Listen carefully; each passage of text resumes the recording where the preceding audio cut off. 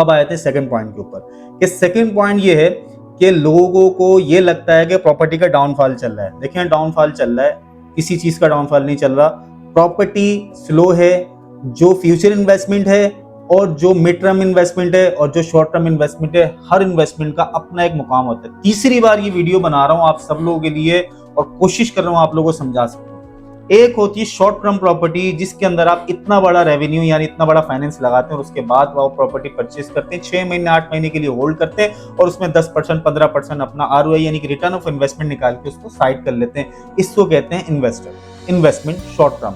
अब आए थे मिड टर्म प्रॉपर्टी। कौन सी होती है मिड टर्म प्रॉपर्टी? वो होती है जो आप एक मिड यानी कि एक इतना बड़ा सरमाया जो होता है, यानी कि मिड लेवल का सरमाया, यानी कि आप 50 लाख रुपए लगाते हैं और वेट कर रहे होते हैं किस चीज का, 1.5-2 साल का वेट करते हैं और उसके ऊपर आपको 10 लाख रुपए, 15 लाख रुपए, 12 लाख रुपए, 8 लाख रुपए एप्रिसिएशन एज पर मार्केट मिलता है, वो निकाल के आप साइड में हो जाते हैं। और एक होती है फ्यूचर इन्वेस्टमेंट। फ्यूचर इन्वेस्टमेंट वो होती है जो आप 2.5 लाख रुपए से लेकर 10 लाख रुपए तक की डाउन पेमेंट करते हैं और उसका जो इंस्टॉलमेंट का प्लान होता है वो अगले 5 से 7 सालों तक का होता है। ये फ्यूचर इन्वेस्टमेंट होती है। इसमें कभी भी 1 से 2 सालों में एप्रिसिएशन नहीं आता।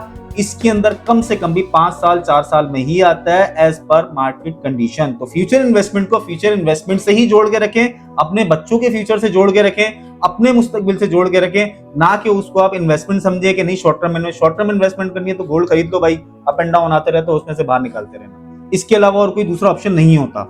ये हो गया डाउनफॉल का जो मैंने आपको बताया।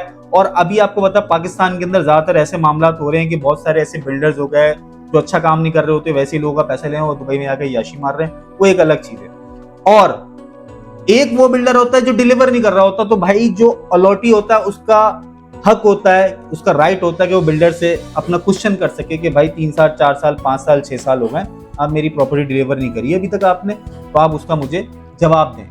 ना कि आप उसको सोशल मीडिया पे एक्सेलरेट करें, बल्कि आप बिल्डर ऑफिस जाएं और उनसे सवालात करें।